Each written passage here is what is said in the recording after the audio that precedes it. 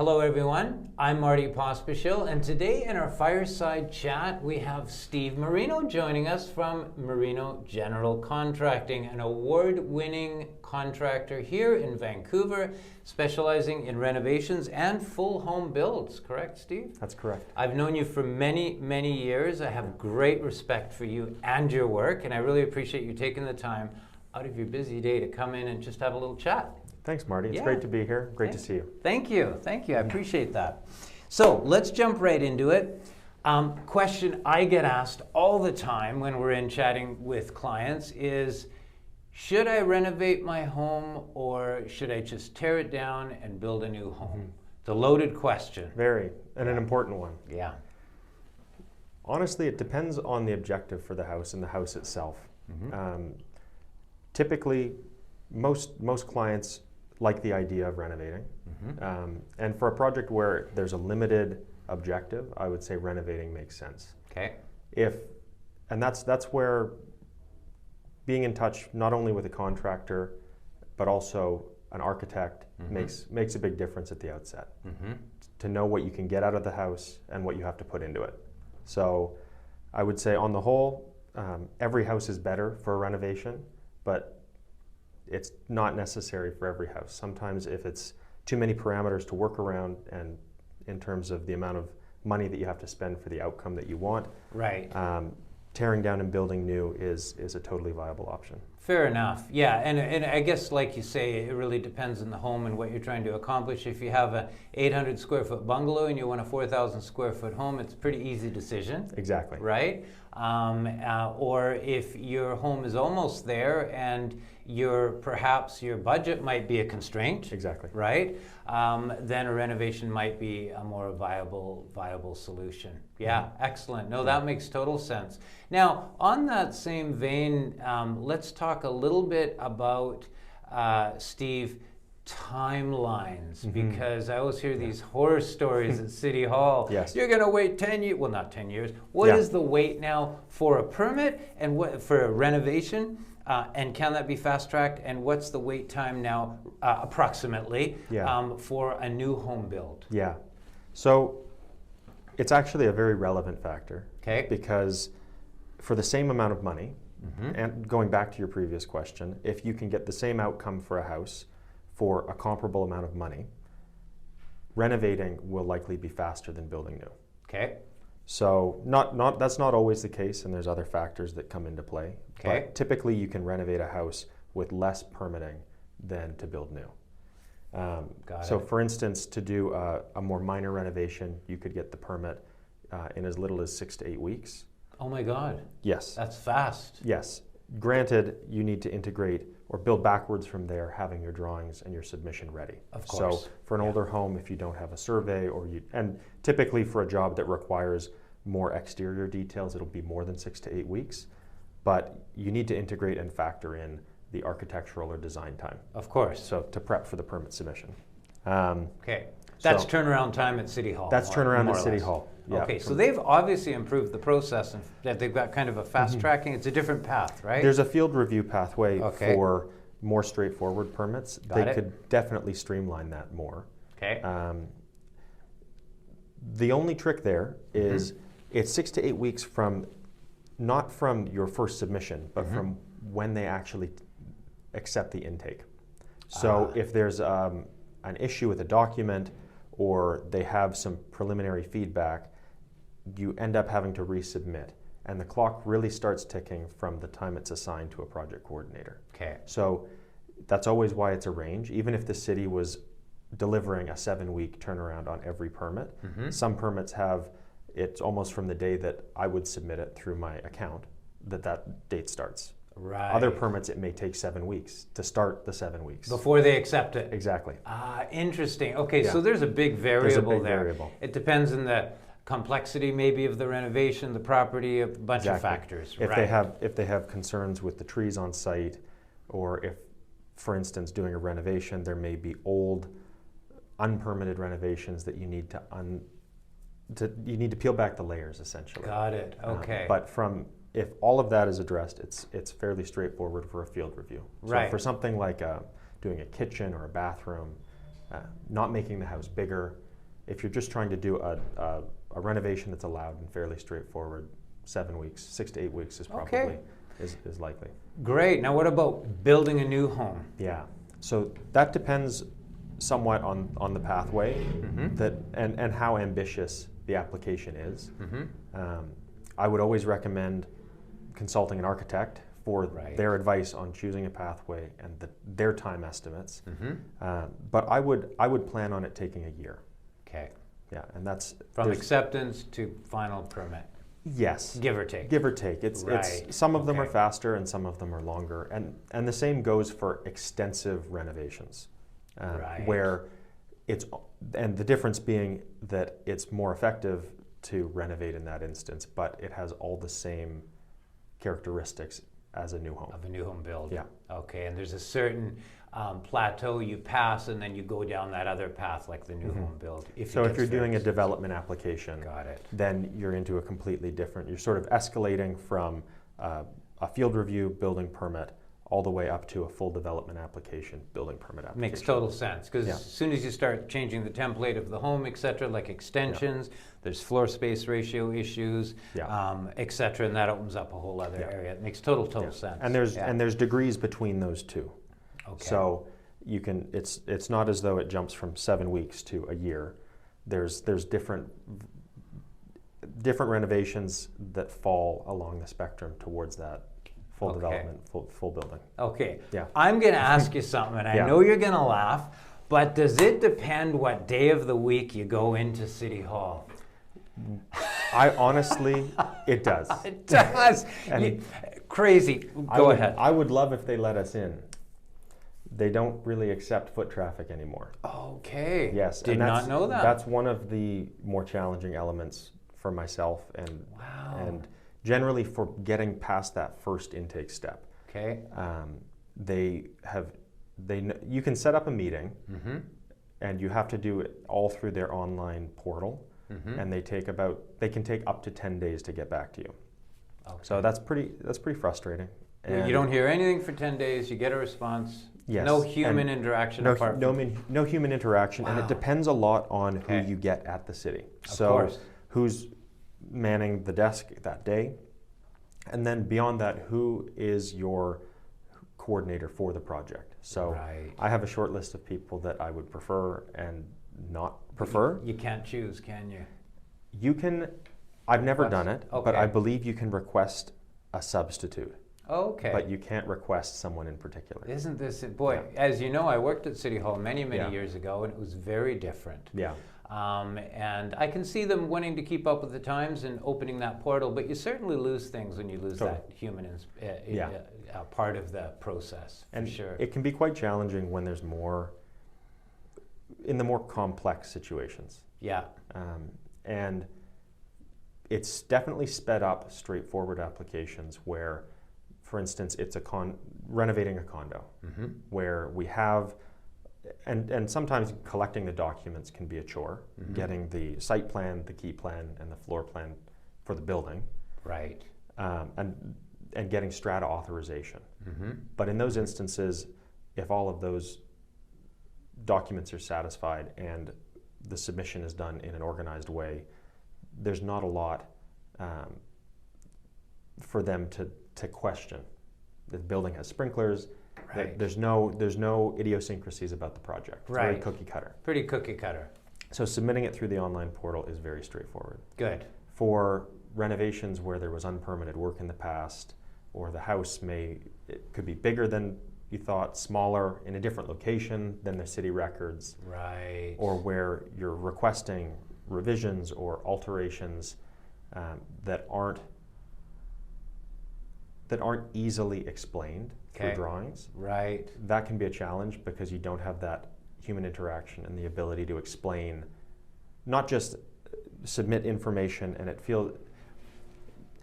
What's happened is it's a very pass-fail sort of an interaction. Black or white, pass-fail. It's good enough or it gets spat back, sometimes with notes, sometimes without. Got it. So if you have something challenging, it's a lot easier to deal with a person and answer their questions in succession rather than waiting 10 days for Sure.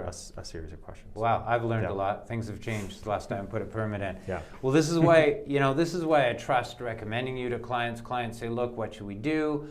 You're great. You'll come in, give an honest assessment on the property and what maybe the best path is. Maybe even prior to them engaging an architect. Is that a fair statement to give them an idea? And I know you're well connected. You can certainly recommend service providers in that regard as well, and ones that are good to work with and ones that know the system here in Vancouver. That's important, right? Knowing how the system works. That's key. Let's jump topics here, Steve, if I could, and let's talk about the hottest issue I get. Well, Marty, Adam, what is the cost to renovate per square foot today, the cost to build a new home per square foot, because COVID threw a loop in the supply costs and shortages and everything. It's maybe corrected a little bit since then, but share with me today what people could expect depending on the finishing levels. So it is very project specific for pricing. What I would say, and it's continuing to be dynamic. Okay. So prices definitely are more stable now than they were during COVID. But I would say for new construction, I would say starting at $500 a square foot is a responsible starting point, but bearing in mind that you can always spend more. Of course. Right? Yeah. So using that as an anchor, but the responsible thing to do is to talk to a builder or to talk to someone like yourself, Marty, and to get an idea from someone who you trust. Right. And who also has more up-to-date information. So, and to always know that someone can tell you any number they want. Yeah. So, and that's always a challenge. Right. And so I would say $500 a square foot. There's certainly solid number. There's certainly, it's a good round number, but there's certainly houses that are built for over $1,000. So there's no limit to what you can spend. It depends sometimes, of course, on the quality of finishing you want, right? You could probably go down from there too if you're reusing the old wood from the house or tearing it down. There's ways. There's always ways. Sure, I've seen things happen. Yeah. But that's where the trust component comes in. That's a very good word you brought up, because as I can say confidently in our business, it's all about trust. You have to trust the person you're sitting in front of, and I have that with you. And I know that when a client's meeting with you, they're going to get the straight goods. They're going to get an answer that serves the client's needs best, and that's key. That's key, and that sort of segues. Thank you. That's an interesting number. I mean, it's really... It's gone up quite a bit. It's gone up, absolutely. It probably was up higher at some point in COVID. Oh, yeah. Right? I can only imagine. But now it's kind of adjusted, stabilized a little bit. And at the moment, what I'm hoping is happening is that costs are stabilizing, right? And that's everybody needs to reset. And some things still have to go up. And other things need to come back down. So it's starting to settle. Right. At which point it's going to become much easier to get preliminary budgets from a contractor or a builder. That will hold for some time. Exactly. That's the key, isn't it? Yes. Right. Because I remember clients doing some work over COVID, and all of a sudden drywall doubled in cost and wood went for it. It just got out of control. You couldn't quote on anything. Exactly. Right. And that kind of sort of ties into the next thing I wanted to ask you, and that's relating to hiring a contractor like yourself. Absolutely. Somebody says, I want to hire someone. Of course, I can recommend contractors like yourself that I trust. What should a homeowner be doing in that hiring process to protect themselves and make sure they're hiring the right person? Yeah. The best thing that you mentioned is asking someone that you trust. Right. And going through someone like you, Marty, is the best way, because the recommendation for a contractor like myself carries a lot of weight, because it's not a one-time project. Right. And it's the same for me in terms of how I hire subcontractors.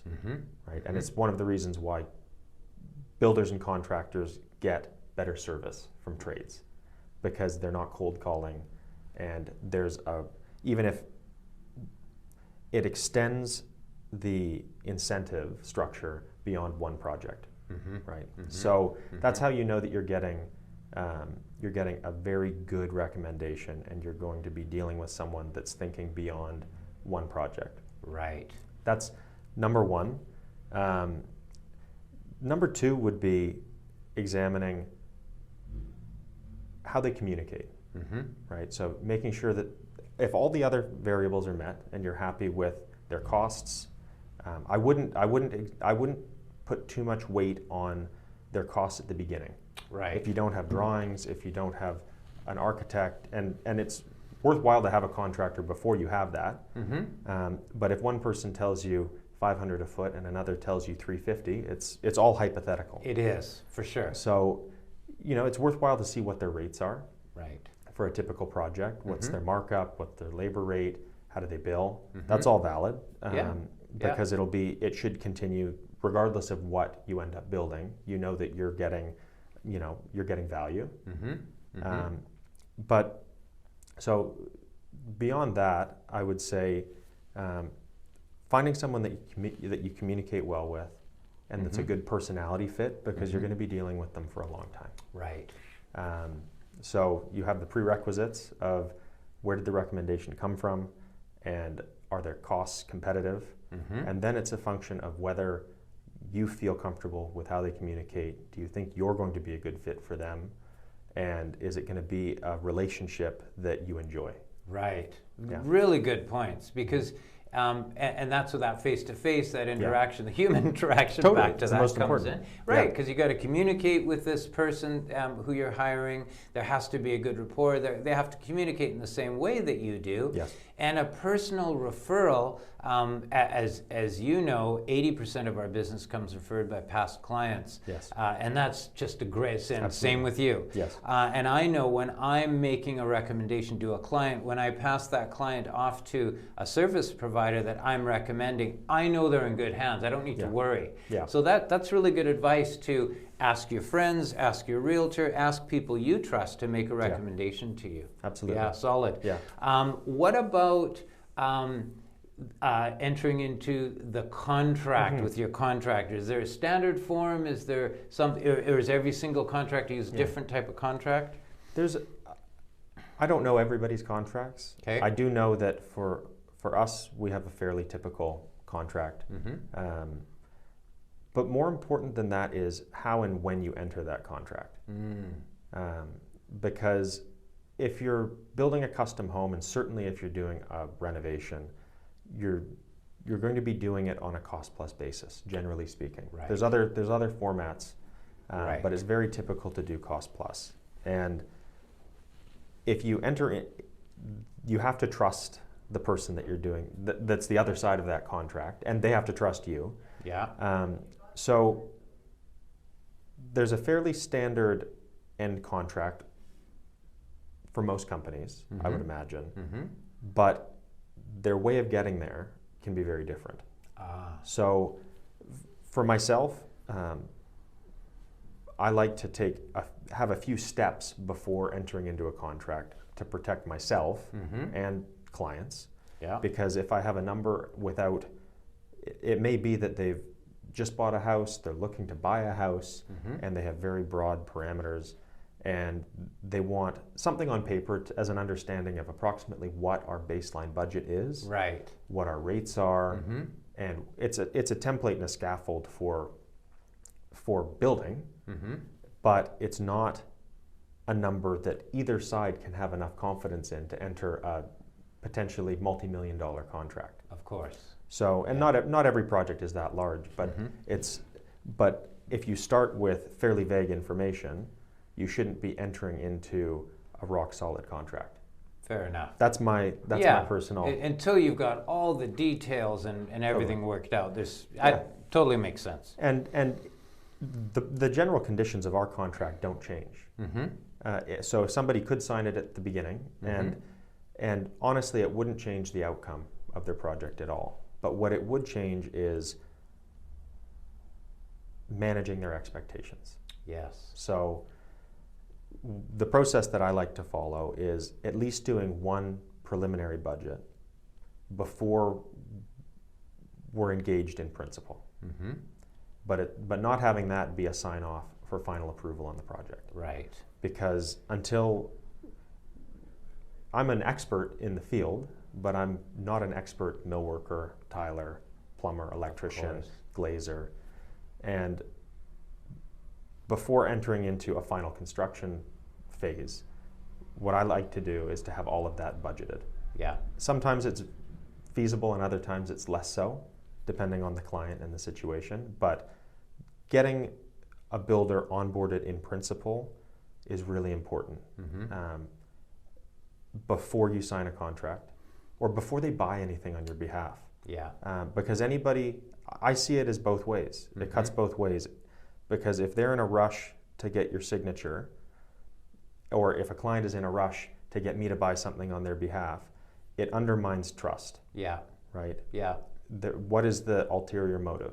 Right. And it doesn't mean that there is one, but to do things in a process and to do it deliberately makes a big difference, and it lays the groundwork for how you communicate. Yes. So that's our style. Mm-hmm. But some contractors prefer to do it other ways. Right. Well, in communication, you've touched on a big key word. I know with projects that you're involved with, clients come back to us and say, Steve is phenomenal. He's a phenomenal communicator. And it's important because they're spending money to do this project. And I remember the detail in your spreadsheets of communication. So this particular item here, there's been a change in the pricing of that material. It just changes the overall quote, and it's like instantaneous. Mm-hmm. So important. Very. Rather than your contractor coming up to you and going, oh, hey, there's a $10,000 additional cost. And you go, well, what do you mean? What happened? You're ahead of the game and citing those costs. So key. Totally. Super important. You do a lot of work, you do a lot of builds, some beautiful homes you've built, and some great renos. Yeah. If somebody's asking you as a contractor, what can I do to keep my home in the best shape possible? What would be the key things you'd recommend, Steve? I would start by asking them to be honest with themselves about what they can and can't do.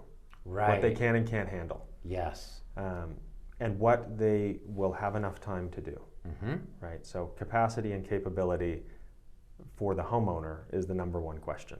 Right. Because even if you can do something and you don't have the time, or you can attempt something and you don't have the skills, if it doesn't get done properly, that's worse than it not being done at all. Makes sense. So that would be number one. Mm-hmm. And then number two would be, if they're purchasing a home, having a home inspection, using that as a baseline for the mandatory maintenance or the deferred maintenance on the home. Right. And then walking through with a contractor either before or after a renovation to know what their maintenance interval will be. Right. What's the lifetime on the roof? What's the what's the warranty period on other components of the home? How often should they be restaining the deck or repainting? Knowing all of those answers is really the most important thing. So, and it depends on the house. For instance, if a house has a flat roof, that's a variable that needs to be discussed, and so that making sure that the drains are checked periodically. Yeah. So it really depends on the house, but I would start with the home inspection, because that's the mandatory maintenance, the deferred maintenance, like I said, and then talking to a contractor realistically, or a home maintenance expert, and working backwards from there. Got it. And being honest with themselves. And I have to be honest with myself if I'm at home about what I will and won't realistically do, what I can accomplish. Right. So, because you can have the best intentions in the world, and oftentimes that's where things go awry. So the shoemaker has the worst shoes, right? Exactly. That's the old adage. Yeah. And that makes total sense. you have to have the capacity and ability to do things, and also the budget. Yeah.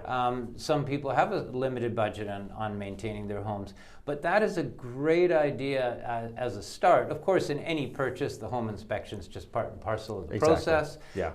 That we certainly always do, and that's a really good baseline to start from. And then that maintenance program, I know with condo buildings, it's called the depreciation report. Yeah. And that's great because it's very detailed. How much life is left in the roof? What about the elevators? All of that. You can kind of do a very simple depreciation type of schedule for a home based on the age of everything in the home, right? Yeah. And that inspection, as you say, it's a great place to start. Totally. Absolutely. Yeah. Yeah. Boy, we could talk about a million topics. We get asked a lot of questions about this, and I think we've touched on a lot of the main ones. Yeah. Is there anything else that you would like to share with the homeowners out there, condo and house owners, sort of going through the process of what to do to sort of help them in their decision process, or any tips, anything like that? Well, one of them would be, and it's one that I think about quite often, and it's that construction, in my experience, it's not purely transactional, because you're trusting people to work in your home, you're trusting that the work will be done right, and you're then living in the home, presumably. Right. And that's not the end result of every project, but oftentimes it's a very personal experience, and it can be some of the most challenging projects for homeowners and for contractors is when it becomes impersonal. That's been my experience. Yeah. And when they feel as though their home, which is a central part of their life, is not being taken seriously, or it's just a job. And it's something that I talk to our staff about, and it's a core value, is that you need to respect the home that you're working in as an extension of the person you're working for. Interesting. So, and oftentimes that's it would be feedback to clients, is that oftentimes clients want to know everything about the numbers before there's any ability to give the numbers. Right. Right? They want certainty. Yes. And it can guide a project towards becoming transactional. Yes. And that it can go off the rails very early on. Yeah. And you need to find a contractor that's good at the numbers and understands transactions, but it's not. But they understand that it's an extension of your life. Right? Absolutely. Yeah. And it's funny. It's a very good observation, because it's similar in my business. When we go into a home and they just give me a price, give me a price. Yeah. It's not about that price that the realtor's giving you, because you bring 10 realtors and you get 10 different prices. Totally. It's about, what are you trying to achieve? What are your goals in this? Yeah. And what's the path to get there? And certainly the transactional part, or the price, or the sale, all of that is part of it, but it's part of the whole package. Exactly. And you don't want to lose sight of that, the journey and the interaction and the importance of the communication and respect along the way. So I hear what you're saying. That's awesome. It's a very good point. Yeah. And another one would be when clients buy a home, or they purchase a home. And oftentimes they come in with plans for the space. Okay. Oftentimes I find that people who have lived in their home for a little while, their plans change dramatically after living in the space. Right. Right. They get to if they're planning on doing a renovation, they should live in the house. They should get to understand how they come and go, what parts are the focal point, where does the sun come in, what are the elements of the home that they like and want to accentuate, and what are the parts that they could improve.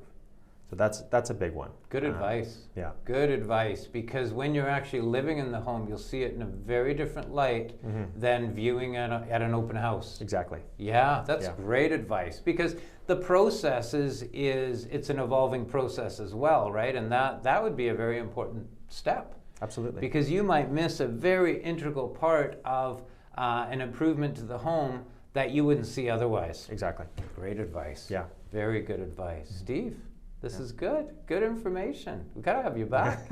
I'd be happy to come back. Thanks, Steve. Yeah. Steve Marino from Marino General Contracting, award-winning builder here in Vancouver. Couldn't recommend a better person to come and help you with your home. And a guest today. I really appreciate you coming in, Steve. Thanks for having me, Marty. Yeah, and thanks for all of you joining us today. I'm Marty Pospischil. We'll see you again soon.